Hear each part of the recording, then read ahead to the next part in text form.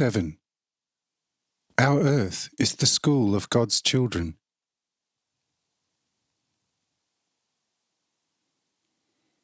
Philippold. When the priceless chance to meet this divine master was given to me a number of weeks ago, immediately all the dull clouds disappeared and the sun of divine life shone in my soul. I finally recognized in this holy light my being and the being of God. Only then I finally saw what I owe God, the only Holy Father. He who has always been the purest love through all eternity. I recognized myself entirely and realized that I had entered into a very strange contract with the Divine Spirit in order to become the child of God before my birth on this earth, which alone, in all infinity, has the designation to bear the children of God for the conception and raising according to the eternal order of God's love. Look up. All the countless stars and worlds, very much greater and more magnificent than this earth.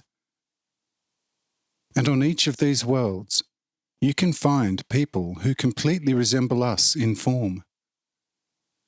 And you can find great wisdom everywhere among them. And they also do not fully lack love. But they come into the world, almost like the animals of this earth, already complete and do not need to learn everything that they want to know and should know right from the beginning. The language is one and the same almost everywhere, and there are very distinct limits to its understanding.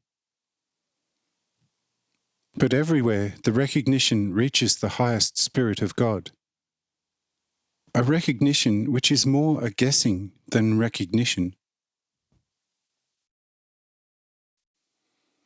In short, you can find people on all the countless planets who are almost fully the same as the better heathens of this earth. Only with the difference that the people on the planets basically do not invent anything new. But what is there is in the highest perfection possible.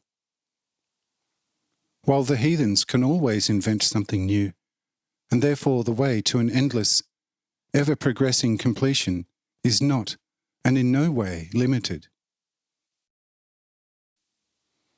But on the great worlds, suns, planets, etc., there are also wise men here and there who from time to time meet with higher spirits and learn about the deeper recognition of God. Then it happens from time to time that here and there the desire appears in a more enlightened person to also become a child of God.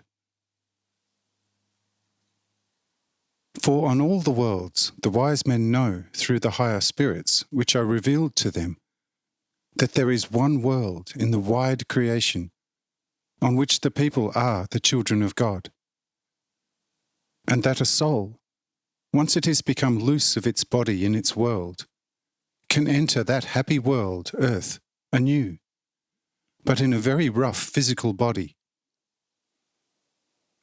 But from that moment on, when someone seriously expresses the desire, everything is explained to him or her in great detail what he or she will have to experience on this world.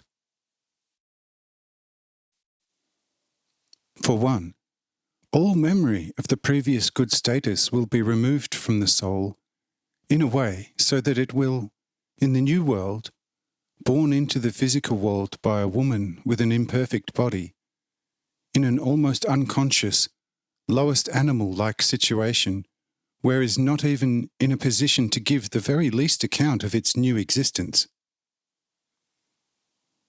Only gradually, after about a year, a new consciousness begins to develop out of the images, events and perceptions that have been acquired through the senses. Memory and the fresh recall of perceptions are then the only pointers and helpers on the new path of this earthly life. There, no higher spirits are sent by God to lead the child to a higher and deeper recognition, but instead the parents must strive with their own personal experiences to bring the child onto a better path.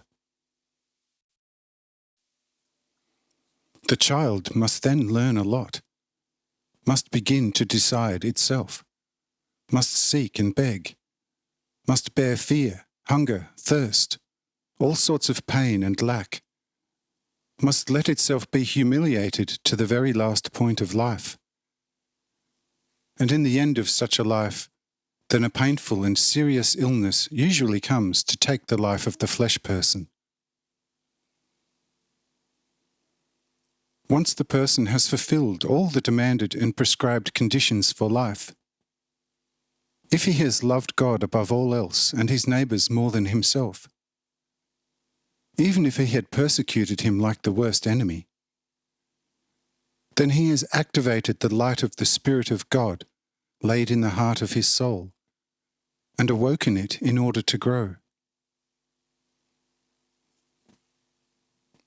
Only from then on does the God grow in man, penetrates the soul, makes it equal, and so the previous natural person has become a child of God from out of the deepest mud of nothingness. Who can rejoice in such a perfected condition of all those perfections which are in God himself? Look, friend Muriel, as I have just informed you now, as generally and as short as possible, in this way will it be presented to a person in a world of stars. And if he then demands it completely and dead serious, he will become free of the light body in a second and, just as quickly, unconsciously brought to conception on this earth.